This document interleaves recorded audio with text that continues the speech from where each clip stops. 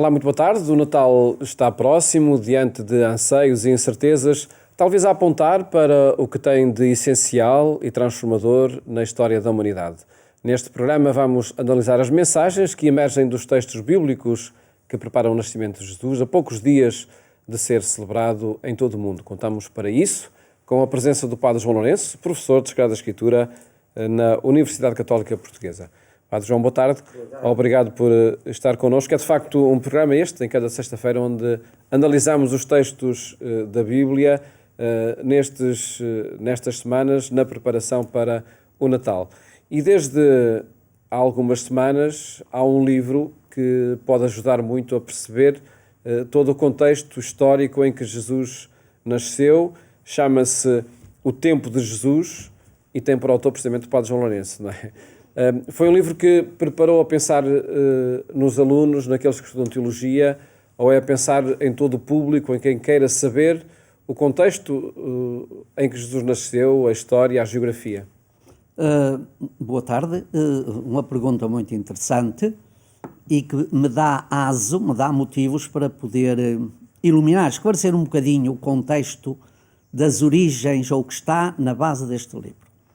É claro que a gente, quando escreve, eu pelo menos quando escrevo qualquer coisa, estou um bocadinho a pensar em primeiro degrau, em primeira escala, estou a pensar naqueles com quem diretamente mais lidamos. Porquê? Porque conhecemos melhor as carências ou as necessidades desses. E no caso seriam os alunos? Nesse caso seriam os alunos, mas sucede que o âmbito de meus alunos não são apenas aqueles que têm que seguem uma estrutura curricular dos seus cursos em ordem à formação de um currículo académico. Eu privilegio muito nas minhas atividades docentes também outras pessoas, outros grupos, outros destinatários que estão para além deste universo muito específico. Ora, este livro procura, por um lado, colmatar aquilo que eu penso ser, ou pensava ser, não quer dizer que agora não continue a existir, mas que eu pensava ser uma ausência de enquadramento deste ambiente onde surge o Novo Testamento, onde surge a pessoa de Jesus, onde se pode perceber melhor as questões, as problemáticas, as tensões, os agentes, os conflitos do tempo de Jesus. E aí estamos a falar num ambiente religioso, político... Estamos a falar de um ambiente, vários setores antes de mais, sociais. um ambiente social. Porque, e exatamente, abordo isto muito também a partir dos grupos sociais que podemos designar de religiosos, mas não são só religiosos, como nós hoje entendemos. São religiosos e sociais e políticos. Por trás destes grupos estão tendências marcadamente políticas. Portanto, mas é essencialmente um ambiente social, é um ambiente político, resultante das tensões existentes na Palestina de então, principalmente o confronto entre as diretrizes e as políticas do Império de Roma para a Palestina e os anseios e aquilo que podíamos chamar as identidades próprias do judaísmo, que tinham uma identidade muito específica e que naturalmente, face à estratégia, à política do Império Romano, não o podia viver. E depois também estou um pouco a pensar, para além deste contexto, nas pessoas que querem conhecer melhor. E esta obra provavelmente também será um contributo valioso para isso. Não é um livro escrito a pensar em crentes confessionais. É um livro que é pensado, ou que foi pensado da minha parte, e fiz esse esforço.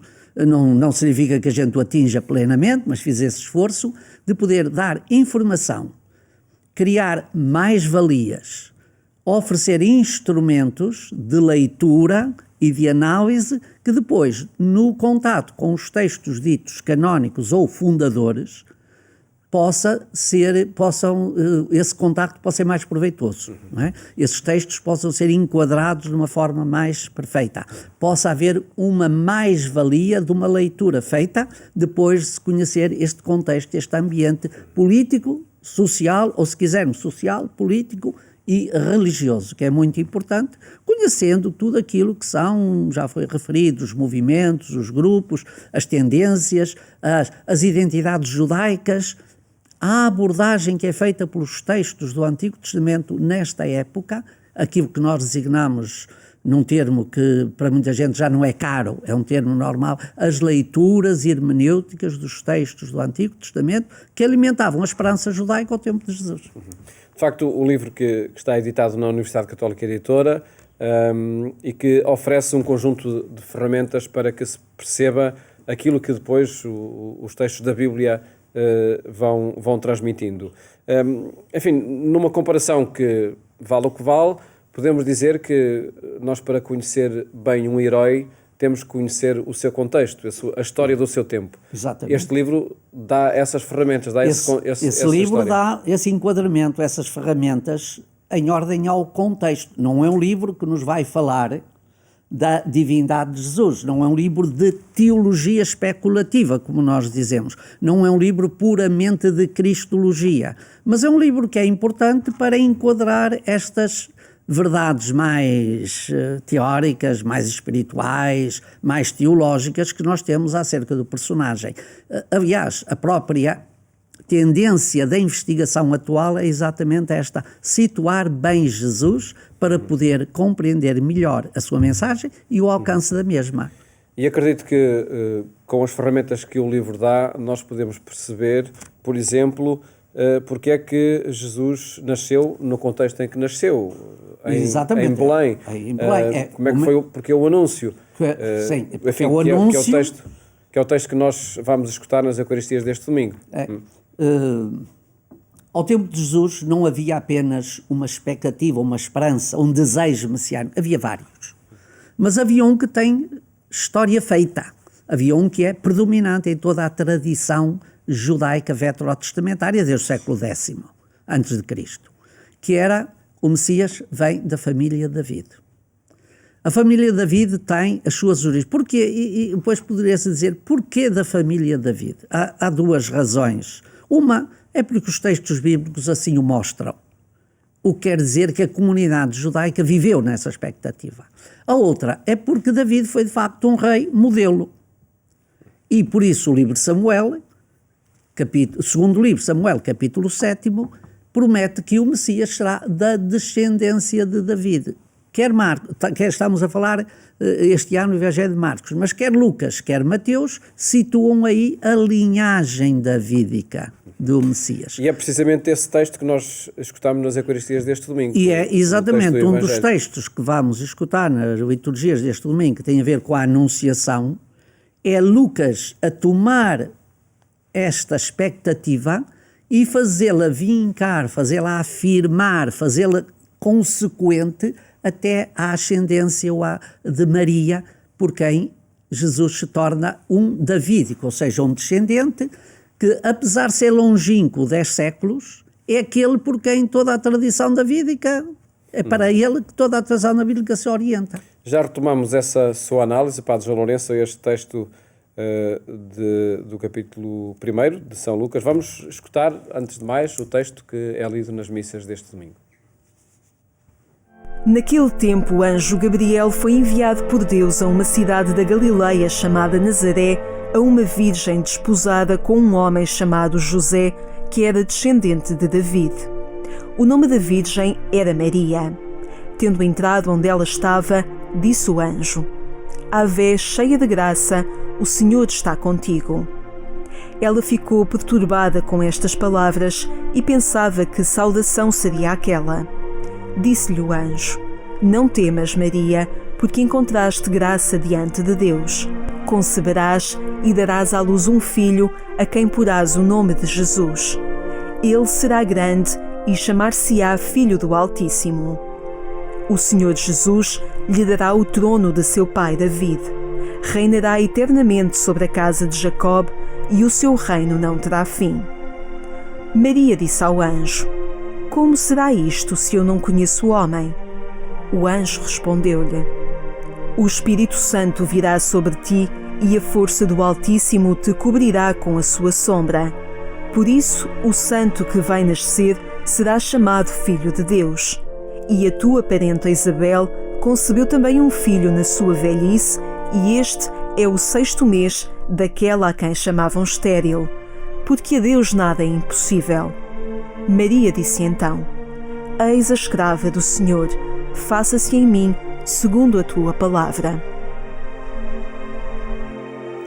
Padre João Lourenço, ouvindo este texto e conhecendo a história do Antigo Testamento, toda a história que precedeu este texto, podemos dizer que as peças do puzzle encaixam todas como estava anunciado? Sejamos cautelosos, é claro, porque não encaixam segundo a nossa lógica.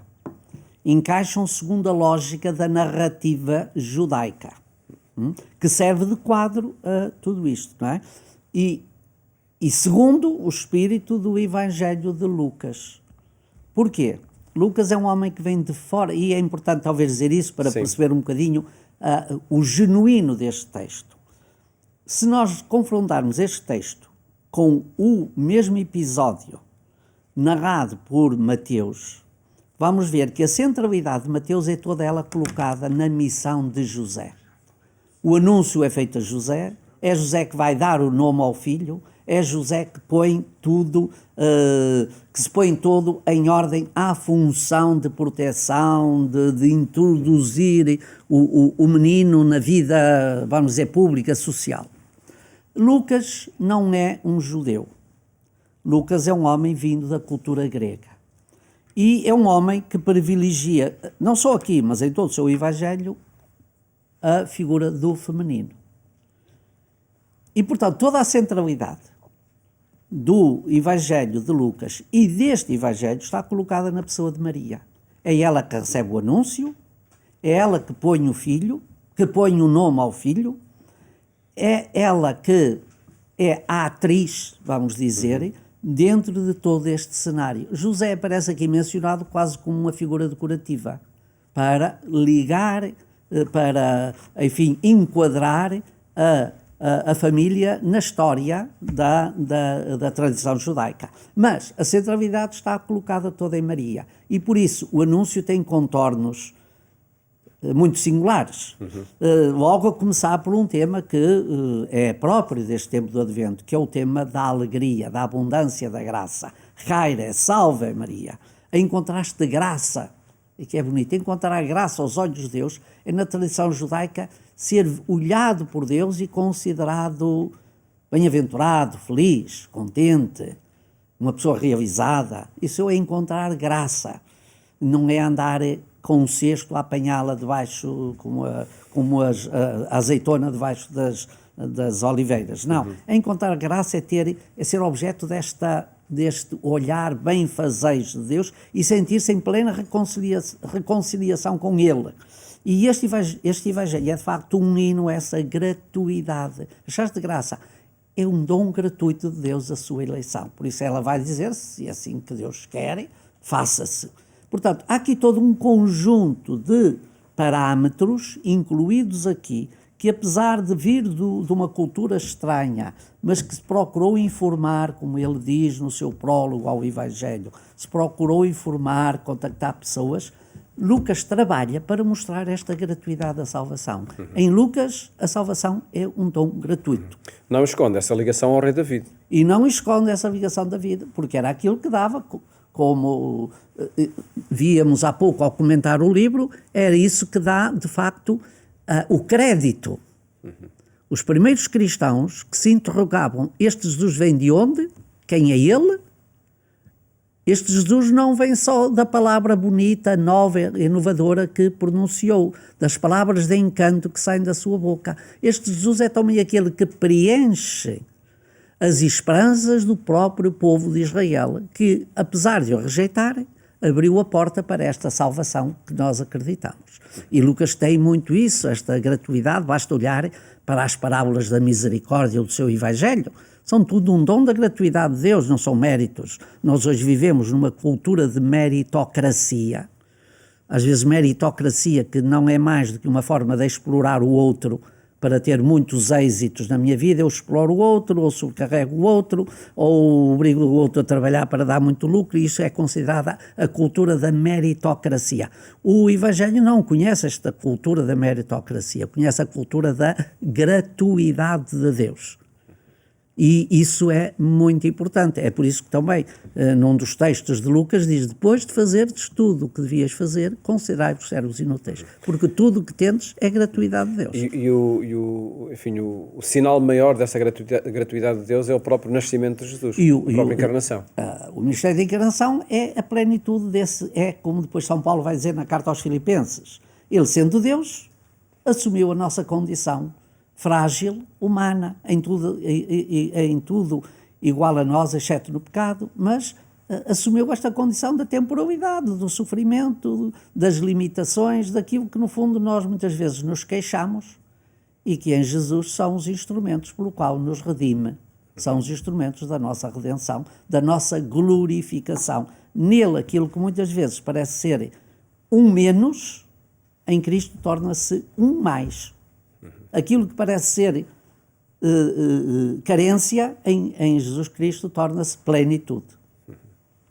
E passamos à análise ao texto do segundo livro de Samuel, no capítulo 7º, que é o texto da primeira leitura deste domingo.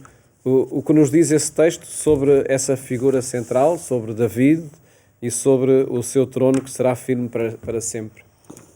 Este é um texto que está muito ligado à tradição do Advento, porque é um daqueles textos que mais vigor assumiu em todo o Antigo Testamento no que diz respeito às expectativas, às esperanças que o povo de Israel nutria acerca de um Salvador futuro. Diz: Deus não pode falhar porque ele prometeu a David.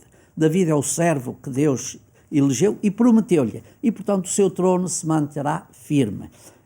Este texto da chamada profecia, do diálogo entre David e Natão, o seu vidente, poderíamos dizer hoje, seu conselheiro para os assuntos religiosos e para o iluminar acerca da sua missão na história, mostra exatamente isto, que a grande oferta que Deus faz a David não é, ou a grande necessidade que David sente de construir uma casa para Deus, não é essa a grande necessidade de Deus.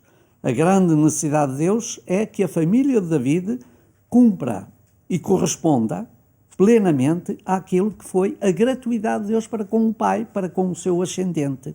E isso deve ser feito em fidelidade. Portanto, se eles se mantiverem fiéis, eles manter-se-ão no trono. A monarquia foi interrompida. Foi interrompida várias vezes, mas há uma altura em que foi interrompida definitivamente, que foi na altura em que os reis foram para o exílio. No regresso do exílio ainda há umas tentativas para refazer a monarquia, mas não foram coroadas dele. Mas na alma do povo e nas tradições religiosas, litúrgicas, literárias, estava lá inscrita esta esperança. E essa esperança vigorou e perpetuou-se, passou de geração em geração. Lucas é um leitor desta esperança, é um intérprete, é um hermeneuta desta esperança, aplicando-a aqui neste contexto, para enquadrar o nascimento de Jesus. E passamos à análise da outra leitura, a carta aos Romanos, no capítulo 16, e pedir-lhe a sua análise a partir da afirmação com que conclui o texto que é lido nas missas deste domingo. A Deus, o único sábio, por Jesus Cristo, seja dada a glória pelos séculos dos séculos. Isto é uma espécie de aclamação litúrgica, não é? É uma espécie de aclamação litúrgica em que o autor, Paulo, da carta aos Romanos, no âmbito da sua comunidade, sente a necessidade de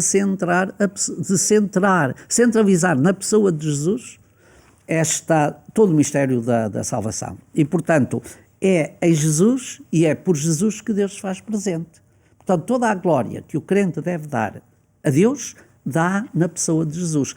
É como dizer, Jesus é o rosto de Deus para a humanidade.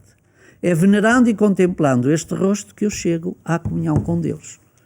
É vendo e contemplando este rosto que eu descubro o rosto da misericórdia de Deus. Por isso é que vários dos cenários em que Jesus se apresenta é exatamente desta dimensão de misericórdia. E tanto o Lucas, que é um paladino da misericórdia, como o Paulo, são apóstolos desta misericórdia que se descobre em Jesus e que os crentes são convidados a aclamar e a celebrar. O Natal é um destes momentos de celebração.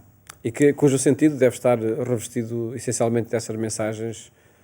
Sim, para quem acredita, o sentido deve ser este, não é? A festa do Natal é a festa desta comunhão, vivida na família, celebrada com todos, mas sentida a partir do dom da novidade de Deus. Ou seja, de uma perspectiva muito mais profunda e não meramente epidérmica. Nós vivemos estas festas de uma forma muito epidérmica. Há aqui um convite a vivê-las mas não deixa de ser curioso que elas celebram sempre com esse sentido. Elas celebram sempre com esse sentido e é para esse sentido seja, que nós apontamos. Quem crê e quem não crê, não é? Enfim, hoje eu diria, não diria tanto, eu não poria tanto a adversativa em crer ou não crer, em praticar ou não praticar. Porque o Natal, mesmo quando é vivido com toda esta simbologia que hoje se apoderou, se não houver lá uma dimensão espiritual, essa simbologia é mais ou menos efêmera. E quando o pinheiro murcha, deita-se fora. Quando a eletricidade está a ficar cara, apagam-se as luzes. O que é que fica? Fica o sentido profundo que esta festa tem. E se ela tem, ela perdura. Se está ligada só às simbólicas de caráter temporal, ela esgota-se. Infelizmente vamos vendo também que ela se recria de muitas formas em cada um. Exatamente, há uma renovação destas mesmas simbólicas e muitas vezes há muita gente, eu conheço pessoas, que mesmo recorrendo àquilo que são hoje um bocadinho as simbólicas ditas neutras, não deixa de colocar o centro ali onde ele se encontra, na pessoa e no espírito natalício com Jesus.